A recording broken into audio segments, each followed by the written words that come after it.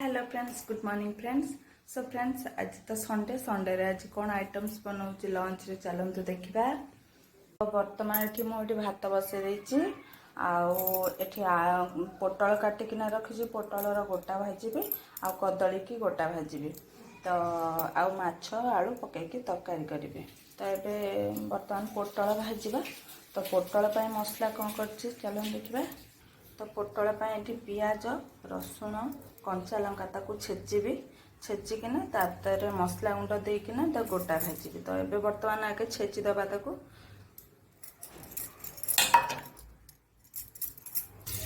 बर्तमान मसला को छेचिदेली। ए खाली अल्प टिके लंका गुंड पड़ो, अल्प टिके हलदी गुंड आगे सोरष तेल पड़ो। तो बर्तमान आज सब मसला गुंड पकईदेली। एवं गोड़े देकी पोटल मसलाटा दबा।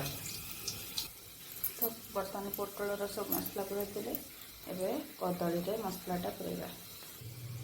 तो से भी से पियाज रसुण आगे सोरिष बटा है लंका गुंड हल्दी गुंड पड़ी तेल पड़ी। तो कदली से मसला गुड़ा दबा। तो ये कदली से मसला सब देदेली। बर्तमान आम कदलीटा को आगे भाजीदबा तापर पोटल भाजवा। तो कदली गुड़ा देदबा।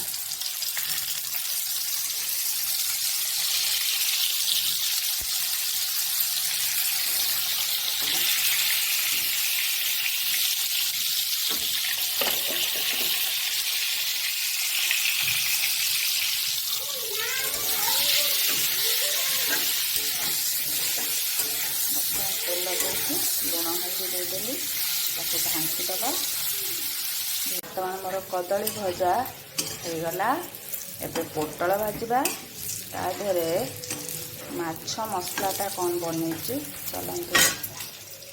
तो माछ पाई आज मु सोरिष मसला देकी आंबुल देकी करी माछ तरकारी। तो से अल्प टे सोरिष गोटे कंचा लंका शंखिला लंका दिटा जीरा टिके पियाज टिके ताकू दे देछि। एबे बाटी भी टमाटो देवी आंबुल दिटा देवी देकिना माछ तरकारी करी। तो ये पोटलटा पकेबा। माछ पाई आलू भी भाजी देछि। कदली गुड़ा काटिदबा।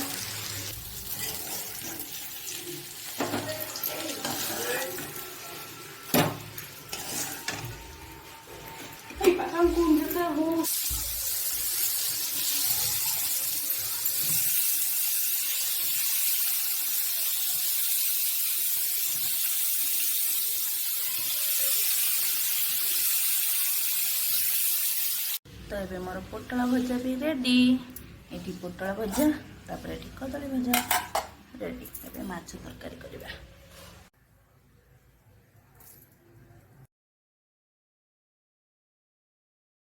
माछ भाजी न सॉरी आलू भाजी देती पियाज कचा ये मसला बटा ये टमाटो कची तापर ये माछ भजा होती।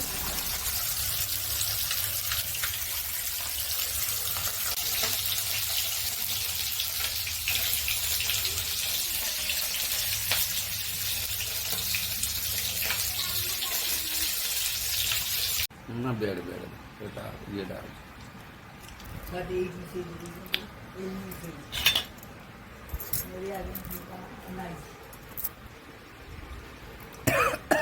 देखिए क्या कंडा बड़ा ना गया मैं तो पहले अंदर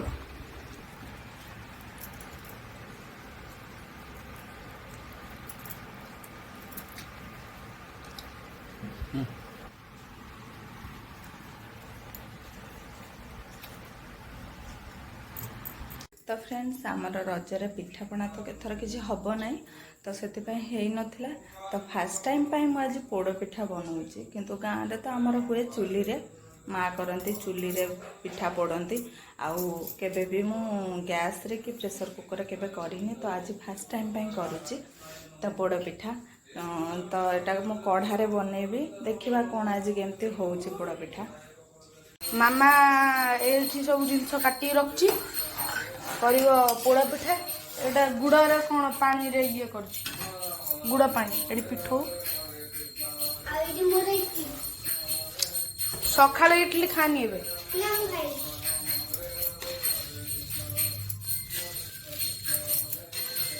ଇଏ ଦିଆହେଇଛି, ନଡ଼ିଆ କୋରା ଦିଆହେଇଛି, ନଡ଼ିଆ ଦିଆ ହେଲା ହେଲା ଆଉ ହେଉଛି ସବୁ ପଡ଼ିଛି ଆଉ।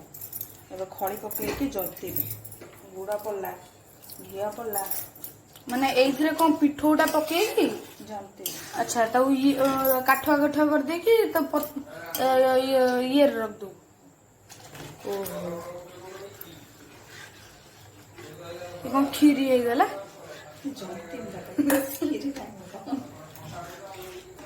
ନା ଦେଖା ହେଲା ତ କ୍ଷୀରି ଟାଇପ୍ର। ଏତେ ଜଲ୍ଦି ଜଲ୍ଦି ହେଇଗଲା। ମାଲୋ ପୁରା ବଳ ଲଗେଇ କରୁଛୁ ନା? ଫାର୍ଷ୍ଟ ଟାଇମ୍ ଆଜି କରୁଛି, କ'ଣ ହେଉଛି ସେତେବେଳେ କ୍ଷୀରି ଦେଖାଉଥିଲେ, ଏବେ କ'ଣ କାଦୁଅ ଦେଖାହେଲେ?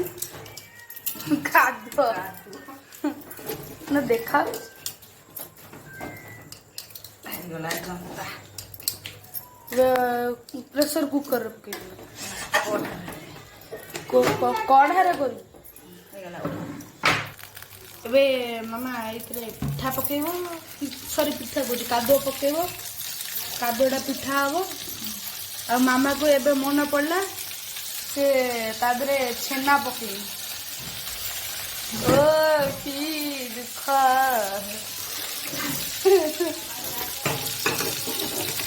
ଏବେ କ'ଣ ହବ ଦେଖିଆ।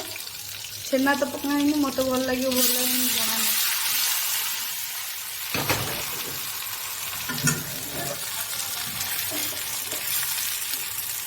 ଏବେ ମାମାର ପୋଡ ପିଠା ହେଇସାରିଲାଣି। କି ଖେଳ ଓ ପିଠା କ'ଣ ହେଇଛି? ଭଲ ହେଇଛି। ଭଲ ହେଇଛି।